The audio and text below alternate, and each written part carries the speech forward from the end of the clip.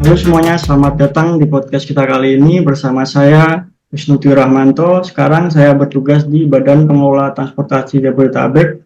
Kali ini kita akan membahas tentang digital talent bersama rekan saya bernama Gus Rina Auriska Ramadhani yang sekarang beliau bertugas di BPTD kelas 3 Bengkulu.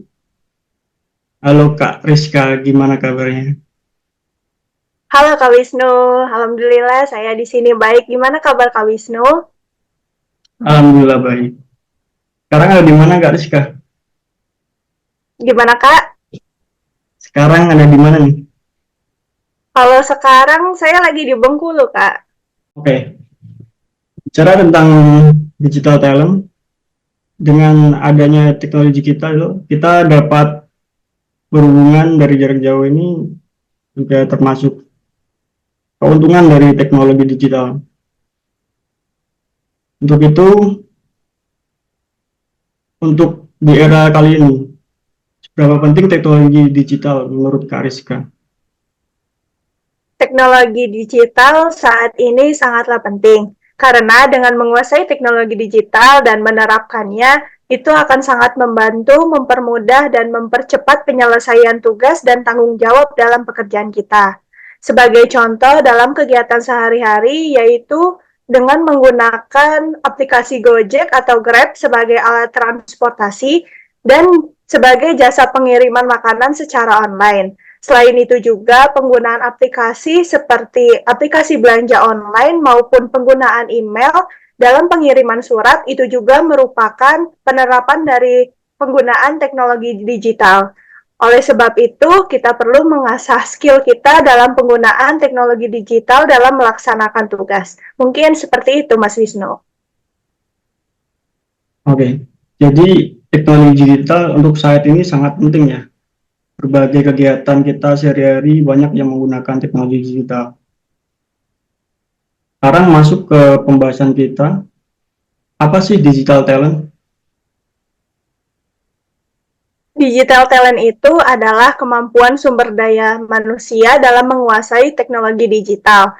Menurut saya, digital talent ini saat ini itu sangat menjadi poin penting dalam menghadapi tantangan di waktu yang akan datang, yang dipastikan seluruh pekerjaan akan mengalami transformasi digital. Digital talent ini dapat diimplementasikan melalui literasi digital. Literasi digital itu terdiri ada 4. Yang pertama adalah digital skill, digital culture, digital ethics, dan digital safety. Nah, digital skill ini merupakan kemampuan mengetahui, memahami, dan menggunakan perangkat keras dan perangkat lunak TIK, serta sistem operasi digital dalam kehidupan sehari-hari. Contohnya itu seperti penggunaan alat printer atau scanner, penggunaan aplikasi Zoom Meeting, dan penggunaan aplikasi Canva.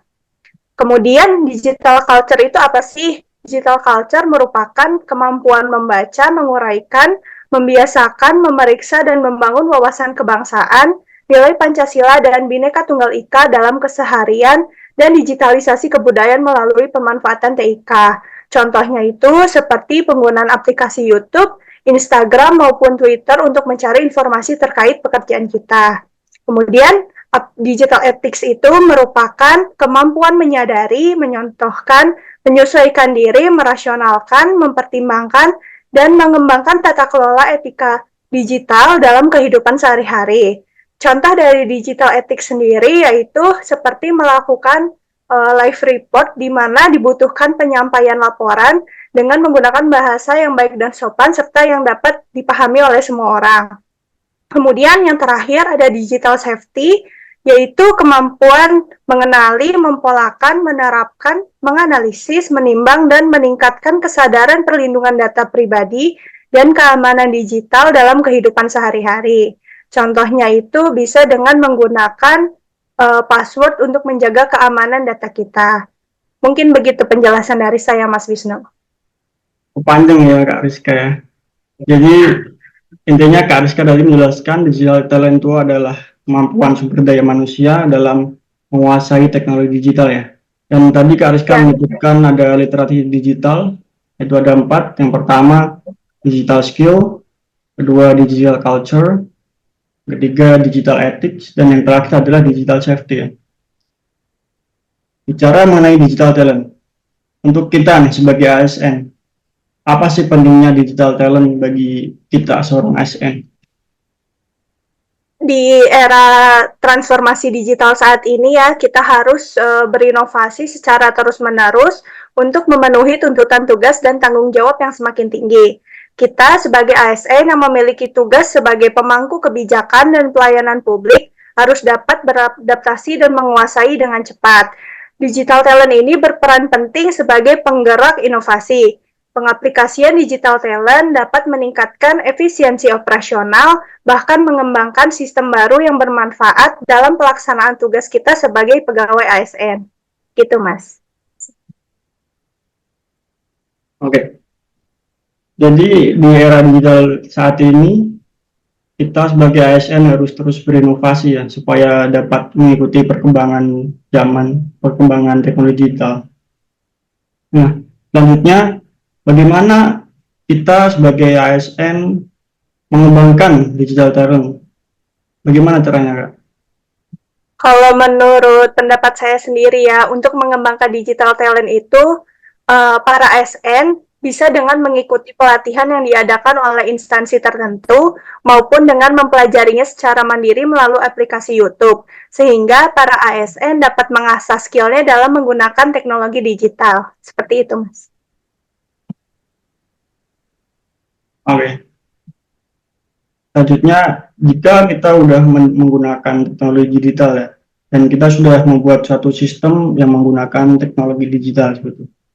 Nah, dengan adanya sistem baru, pastinya ada masalah-masalah baru yang muncul, entah itu keamanan atau pengembangan dan selanjutnya. Bagaimana cara kita mengatasi adanya masalah pada sistem baru kita? Baik, Mas. Benar sekali ya, dalam penerapan sistem baru pasti akan muncul permasalahan baru juga. Maka diperlukan upaya-upaya penerapan seperti pencegahan dalam pengamanan data kita. Contohnya, misalnya dengan penggunaan password atau keamanan biometrik seperti pengenalan wajah, sidik jari, maupun dengan pengenalan suara. Tujuannya itu untuk mengamankan akun pribadi maupun data kantor kita. Selain itu juga dengan mengeluarkan akun setelah selesai digunakan, itu juga merupakan salah satu bentuk untuk menjaga keamanan akun agar orang lain tidak sembarang menggunakan akun kita dan menyebarluaskannya oleh orang yang tidak bertanggung jawab. Seperti itu, Mas. Izin.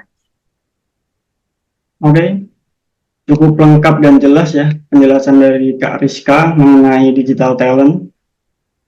Pada intinya, kita sebagai ASN di era digital yang berkembang pesat saat ini, kita dituntut untuk mengikuti perkembangan teknologi dan menjadi digital talent yang mampu menguasai dan menerapkan teknologi digital dalam tugas kita sebagai ASN. Tidak terasa, kita sudah berbincang cukup banyak ya mengenai digital talent. Terima kasih atas waktunya Kak Rizka. Semoga kita selalu diberi kesehatan supaya dapat terus belajar sehingga dapat menghadapi tantangan di era digital ini. Terima kasih untuk semua yang sudah menonton dan mendengarkan podcast kali ini. Semoga podcast kita yang berjudul Digital Talent ini dapat bermanfaat bagi kita semua. Sekian dan sampai jumpa.